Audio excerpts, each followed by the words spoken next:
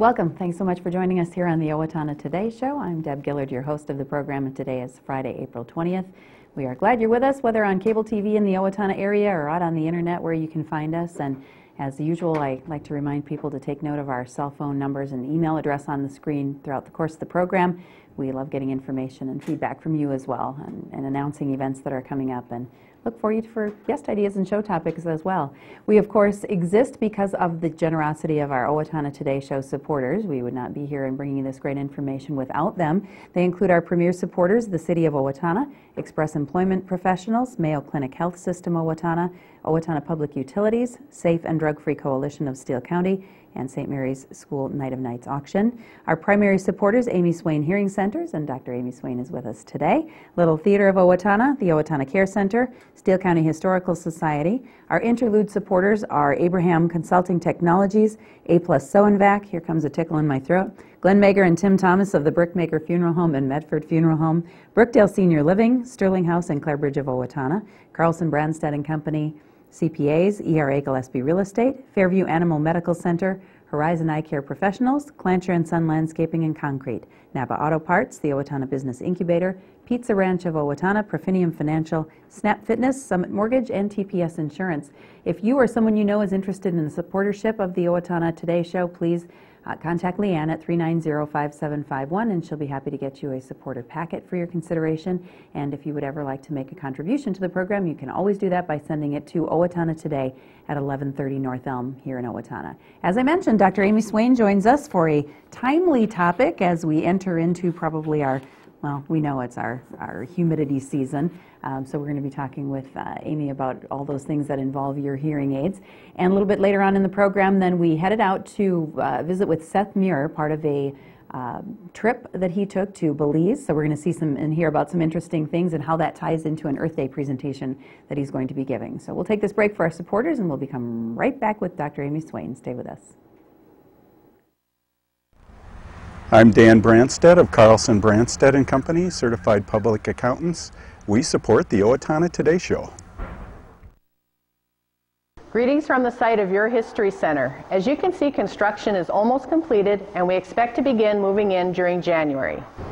We still need your help to raise the funds needed to burn the mortgage and reimburse our investors. We hope you'll consider a donation towards this new chapter in Steele County history today. Owatonna Public Utilities, real people, real reliable, real progress. Making life a little easier day after day, taking pride in our community, listening to what you say, a voice you can talk to. We're growing with you in mind in everything we do. Owatonna Public Utilities. Hi, I'm Jake Boyd and I play Hal. And I am Amber Betcher and I play Catherine in LTO's current production of Proof, directed by Craig Berg and sponsored by Viacom. Performances of Proof will be held Friday and Saturday, April 20th and 21st at 7:30 p.m., with a matinee on Sunday, April 22nd at 2 p.m. And again, the following Thursday through Saturday, April 26th, 27th, and 28th at 7:30 p.m. Tickets are available at the LTO box office by calling 451-0764. Don't miss LTO's production of Proof. Welcome back on this Friday, April 20th, and as I mentioned, Dr. Amy Swain joins us from Amy Swain Hearing Centers. How are you? I'm good. I'm back again. Yes, you are, and we love having you with us, and we especially love when you bring things to show and tell, and we're going to be doing a little bit of that today. As I mentioned to our viewers, we were blessed with an early spring, and I know that I have felt some humidity in the air on occasion when we've had some of these warm days. Really gets to be a bugger for those with hearing aids, doesn't it? Yes. Humidity is horrible on hearing aids. Moisture and electronics just do not mix. Okay. So what I did today was I brought about some items that I think would be of interest to somebody that wears a hearing aid and needs to keep it clean and dry. If you can show the hearing aid here, if kind of zoom in on some of this, I can show people how to clean some of the things and that type of thing. But what you want to do is make sure that first of all, that it's free of earwax. You know, clean it out with a little tool that you can get through whoever you got your hearing aid from. Okay. that type of thing. But then the next thing is what you want to do is keep the hearing aid dry. And so some of the things you can do at home is, here's a little drying tool just to blow air through the hearing aid. You can open up your battery compartment and blow in there to keep it dry. Okay. And then you can also use this little jar full of some beads and just store the hearing aid in there at night. It's just desiccant beads that take the moisture out of the hearing aids. Okay, very similar, or in fact maybe the same thing that we see when we get packaged items. Yep. It's got the little packets that are, obviously, they say some sort of chemical in there to keep the moisture out of packaging. Same type of idea there that's going on there. So you can just put it in there, and it helps draw the moisture out of the hearing aid. Exactly. So some fairly inexpensive and easy to have at home type of things. You've got a number of hearing aid types there too, and I'm imagining there's nooks and crannies and crevices, and all of them there are just a little bit different depending on the type. Yep. And they can all be used in this dry aid kit, we call it, and it just takes the moisture out during the night. Okay. But there's some more effective things that people can use. For instance, and if you ever wanted or were interested in getting more information about this, this is a catalog that I do carry down at my office. Okay. And what it has are devices that you plug in, and when you plug them in, they heat up the hearing aid, not enough to harm the hearing aid, but just to dry it out more thoroughly than the dry aid kit can. Okay. They're a little bit more expensive, but if somebody has a lot of problems with moisture in their hearing aid, they perspire a lot.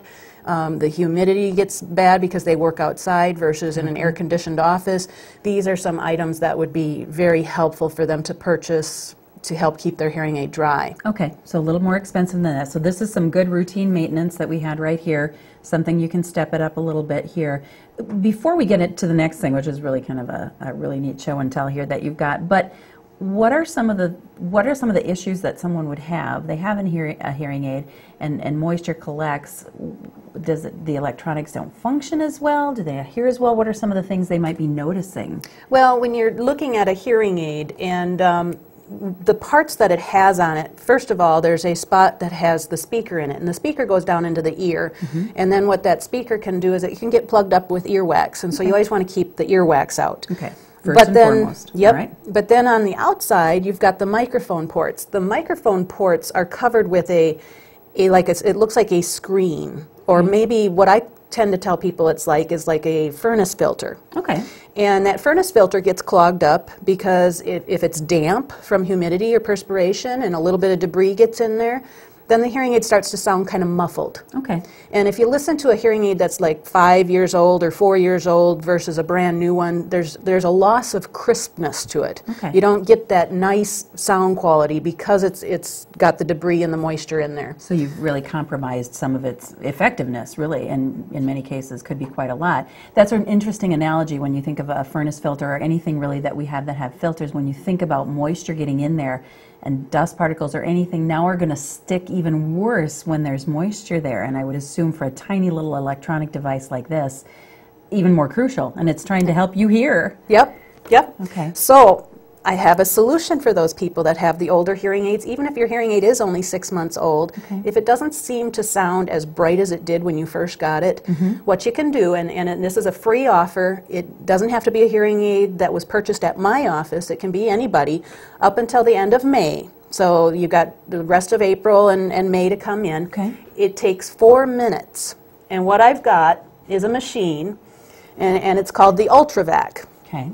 And what you do is we put your hearing aid in there. First we kind of clean it off, get the earwax out, that type of thing. And then we put it in here, and it's like a vacuum sealed chamber. When I turn it on, the pressure starts, and it's in this little cup, and it's sealed in there. It's locked in, it's vacuum locked in there. It's vacuum locked in, and what it's doing is it's taking out all that debris and all the moisture in there. Now, I've had people come in with hearing aids that are even like 10 years old. They put them in here and they put them on, and it's like, oh boy. Amazing. I can hear. You know, it's brighter, clearer, and it sounds like my hearing aid's brand new. What a slick little device. Yeah. The other thing it can do is this little pen type thing here. You can turn that on, and you can actually suck the earwax out of the little holes. Okay. You can go in by the microphones and clean those off, and it just gets all the debris out. Oh my goodness, and what a great, and you just recently got this piece of equipment, yep. correct? and wanted to make this offer available to not only the people who have purchased hearing aids through you, but anyone. Anyone. Who hears this, sees it. I know you've been running some print ads as well. Just stop on in, and this is 4 minutes of your time, and imagine what it might be able to do. It takes 4 minutes, and your hearing aid does sound better when it comes out, so it's awesome. Okay.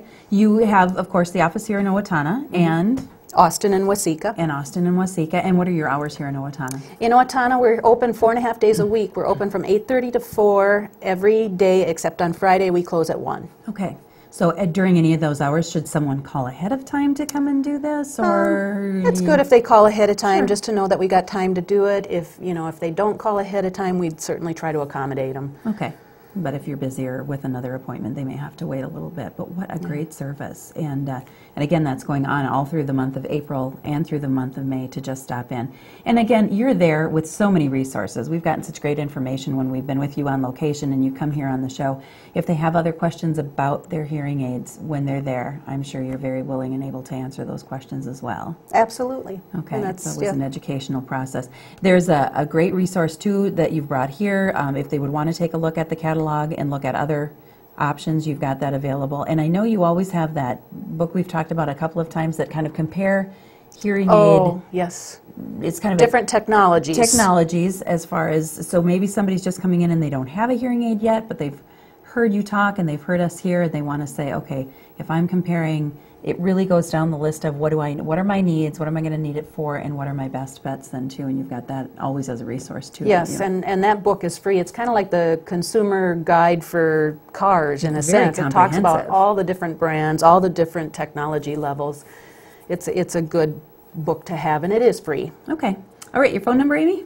My phone number in Owatonna here is 451-3879. Okay, and people can, of course, go to your website. There it is, Amy Swain Hearing Centers, needthes.com. Yes. We always need to remind people of that. So visit the website, give them a call for certain, check out some of these products or the offer with the UltraVac. And we thank you so much for joining us and bringing that nifty little thing in. I imagine it's going to help a lot of people hear a lot better. Yes. Thank you. Well, thanks for having me. You bet, and thanks for being one of our supporters. We'll take a break for our supporters right now, and then we'll come back to wrap up for today.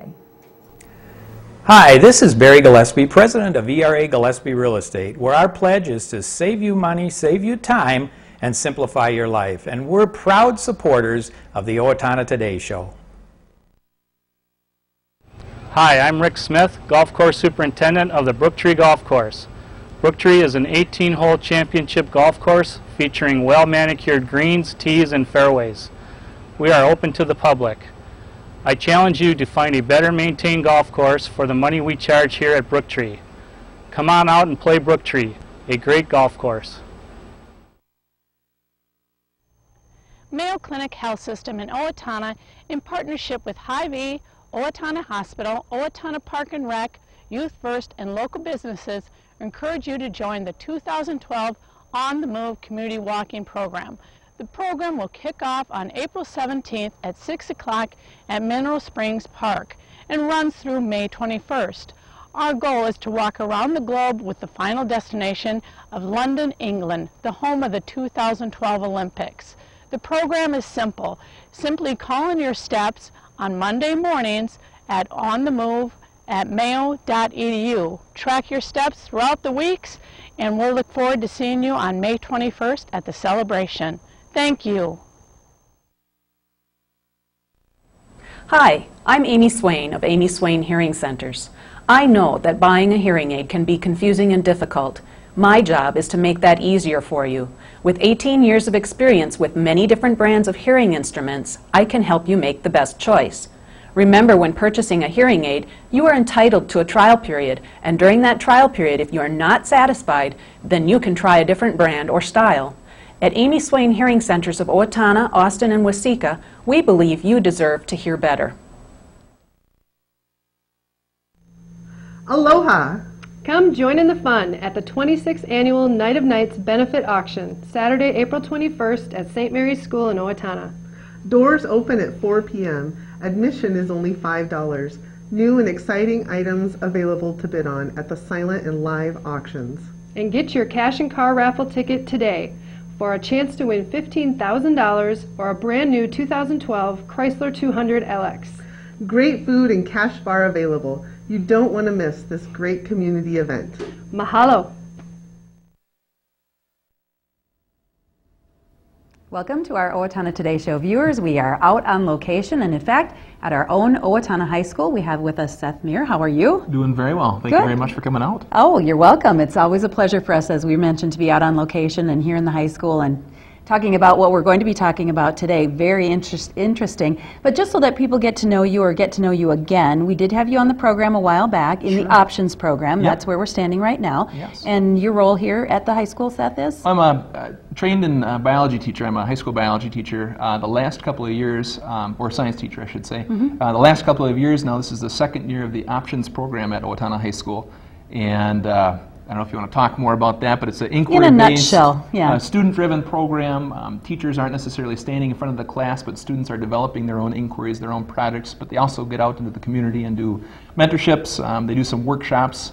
There's some service learning components to it. So kind of a more student-driven, student-centered school within a school. Okay, and you're actually in this scenario, are you referred to, if I remember correctly, as teacher guides? Teacher guides, okay. Yeah. They say that we're not we don't have all the knowledge. The saying is that we're not the sage on the stage, but we're more the guide on the side. That's kind of a silly kind of thing. No, but I like it though. Some other teachers might laugh if they hear me say that. Well, let them laugh, but that's what you do here. Now, the reason we have you on the program is, number one, we've been mentioning you. We've got a series of programs going on at the Owatonna Public Library, and we know that one of them coming up is going to be yourself in an Earth Day presentation, and that will be on April 22nd. Yep. Okay. In honor of Earth Day on April 22nd, a Sunday. So not this Sunday, but April 22nd. Yeah, whenever this airs, anyway. As part of a master's program that I'm doing, actually, I am prompted to do a couple of community leadership activities or presentations, and I just felt behooved to kind of give a presentation on my experience that I had in Belize last summer with this part of this master's program that I'm doing, but then ultimately get it to kind of a point of what, in honor of Earth Day, what local people can do for conservation efforts here in Owatonna. And obviously the program at the library, and we want to encourage one and all to come and hear this, but we get just really a snapshot of what you're going to be talking about in an encapsulated form here today in our Owatonna Today show. But we are standing next to some pictures, slides, basically a PowerPoint presentation that's going on behind us about your experience in Belize. What can you tell us about it? Look at that amazing insect. This is a little guy that joined us in our cabin that we had, and these were the girls' quarters right outside of Belize Zoo at a tropical education center where we stayed for a few of the nights that we were there. And it's just kind of some rolling pictures here, but I'd talk in more detail in my presentation about these, and I have a lot of fun stories that you mentioned the Belize Zoo. That's a fascinating story, I think. There are a lot of fascinating stories with the Belize Zoo. Can I tell you about why I got to Belize or what happened there? Yes, please. Being a teacher here at Owatonna High School, I have a master's in curriculum and instruction that I got early on in my teaching career. This is my 13th year teaching, but my 4th year in Owatonna. And about a year and a half ago, Dr. Johnson, the principal here at Owatonna High School, sent out an email to all of the science teachers saying, hey, there's this neat master's program from Miami University in Ohio, wondering if anybody would be excited or interested. And when I first saw that email, immediately I was thinking, wow, this is exactly what I want to do. It's world travel, it's in my passion areas of biology and conservation and environmental science. And so I applied for it, was very fortunate. It was a little bit competitive to get into the program. Most of it's done online, but every summer for 3 summers we travel somewhere abroad and work with kind of local conservation, community-based conservation efforts in those areas. And last summer I was in Belize and worked with a couple different conservation organizations. The Belize Zoo does a lot of efforts there. There is the Community Baboon Sanctuary. We met a man by the name of Chocolate, Mr. Chocolate. Mr. Chocolate? Who fairly single-handedly set aside, I think, 9,000 acres of land around some islands, some keys, they call them out there, for manatee preservation. And so we had a lot of neat experiences with some locals and local efforts there, as well as agricultural development and the struggle that people are going through to make a living, but also work harmoniously with the environment. Most of us will probably not be familiar with Belize or kind of where it's located and what it's all about. Can you just tell us? Just directly south of Owatonna, basically, but just south of the Yucatan Peninsula in Mexico. That will help. It's bordered by Mexico and Guatemala and Colombia, maybe. And how large is it? A fairly small country. In fact, I think their population is only right around 300,000. So it's one of the smallest countries in Central America. And then they exist through what means? Is it tourism? Is it? It's a developing nation. We used to call it third world country. Yeah.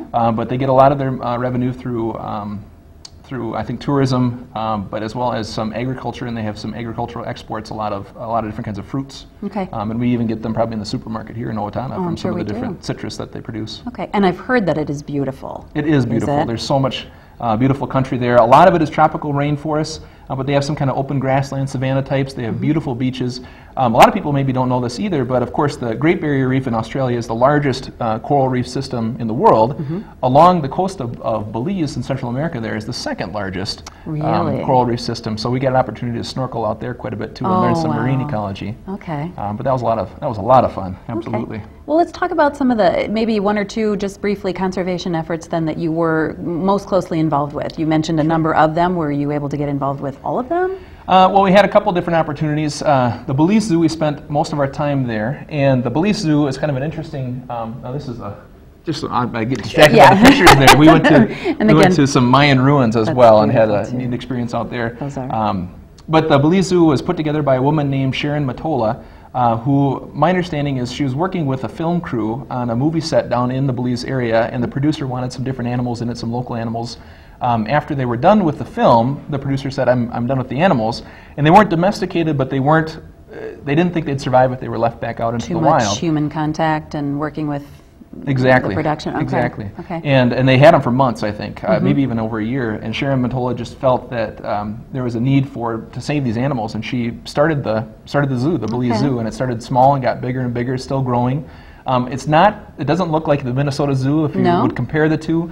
It's much smaller scale, but it's all indigenous animals that live in that area. Okay. And they bring in a ton of students to learn about the area that they're around and to dispel some misunderstandings, I would say, that different people have. There's one picture that was rolling through where Sharon was showing us some barn owls, and she talked to us about how many in the local culture believe that barn owls are ghost-like and scary, and they should kill them when they find them. They do try to kill the barn owls, when in fact the barn owls are eating a lot of different rodents and helping the ecosystem and should be left alone. Very educational, but that's been perpetuated in their culture, that they're very spirit-like or ghost-like and something that needs to be taken care of. Okay, interesting. I mentioned the Community Baboon Sanctuary before. Is basically a non-governmental organization of, I guess, farmers, I would say, landowners, that realize that what they call baboons, but they're actually howler monkeys. In Creole, they call them baboon.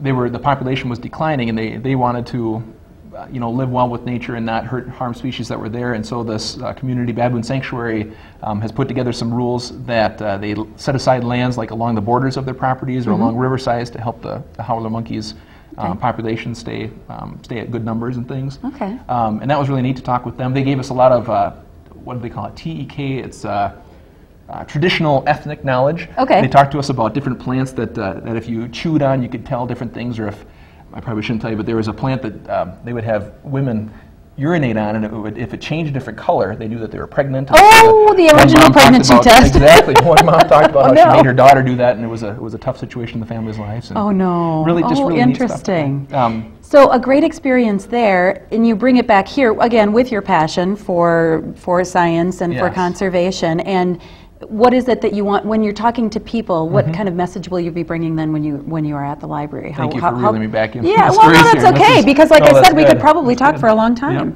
Yeah. A couple different levels, I would say. As a teacher here, already, I've worked with different biology students, environmental science students, different workshops that we've had in options to bring some of these concepts to them and kind of have them work out in the environment. We did the river project at the beginning of the school year, and I did one of my master's papers on the effectiveness that the students felt in their community. But then at the end of the presentation, I hope to ask audience members, what they think they could do in the community in terms of conservation, potentially give some ideas that are out there. Good. Maybe bring in some community members, and I'm in conversation with a few of them to see if they can come give some ideas too. Okay. So. Well, what a great message to have on Earth Day from a global perspective and then bringing it to a local perspective, and I'm sure everyone, one and all, that are able to attend will enjoy this.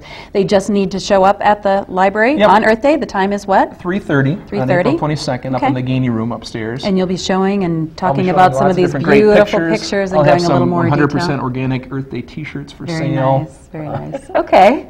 All right. Well, we'll look forward to it, and we encourage one and all to attend. Great Earth Day celebration, as I said. And best of luck as you move forward in your master's program and any other trips and experiences that it gives you, Seth. And thanks so much for joining us. Thank you very much. All right. And thanks to our Owatonna Today Show viewers for joining us on location. Be sure and see him at the library, Seth Muir, here at the Owatonna High School. Hi, I'm Molly Tichenal, manager and personal trainer at Snap Fitness, your 24-hour fitness solution. Snap Fitness is a proud sponsor of the Owatonna Today Show. Hello, I'm Shawn McNulty with the Sterling House Assisted Living, a part of Brookdale Senior Living. Our mission is to enrich the lives of those we serve with compassion, respect, excellence, and integrity. We are a proud sponsor of the Owatonna Today Show. Hi, I'm Jan Hansen, and I am at A+ So and Back, the fun place to be. We are proud supporters of the Owatonna Today Show. So Tess, tell me again what your plans are for prom night. Well, first I'm going to go over to Jess's house to get ready, and then we're going to go out to dinner. And then we'll do the grand march and dance, and then go to after prom. Jess's parents will pick us up, and I'll sleep over at her house. I should be home by 11 o'clock on Sunday. Okay, great. Since you're going to be getting ready over there, you're going to want to make sure that you don't Mom would forget freak anything if she here knew at home, we were so really you might going even over wanna to make a Jess's list house ahead after of the grand time. march to party, All your since hair her parents aren't stuff, home. The guys are bringing beer and some really good weed. We're going to have a blast. For that, and make sure. I think it's really great that Jess's parents are doing this. You know, I haven't talked to her mom yet, so I want to make sure that she's going to be there. I think I'll just give her a quick call, see if she needs any help with anything. Oh, don't worry about it. I've already talked to Jess, and we've got it all planned out, and I'm sure she's really busy planning everything and making sure she has everything she needs, so I wouldn't worry about it. You don't need to give her a call. Well, I'm not worried about it, but I want to offer a hand if I can give her a hand, so I'm going to give her a call. Oh, okay. And it is time to wrap up our program here on this Friday, April 20th. If you think your child has a bone, muscle, or joint problem, or you know of someone whose child may, Shriners Hospitals for Children Twin Cities provides comprehensive medical, surgical, and rehabilitative care for children with orthopedic conditions. Children up to age 18 are eligible for care and receive all services in a family-centered environment, regardless of the patient's ability to pay. They are having an evaluation clinic tomorrow, Saturday, April 21st from 9 to 12. It will be going on at the Steele County Community Center at the Steele County Fairgrounds.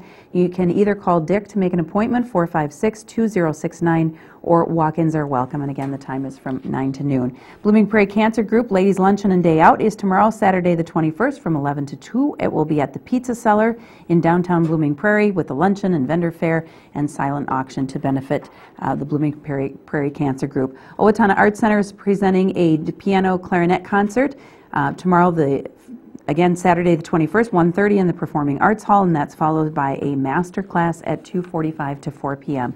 Don't forget about all those things going on in the area this weekend. Young Life Cake Auction, doors open at 10 o'clock. Bowl for Kids' Sake begins at 9 in the morning, so there is an option to do all of these things.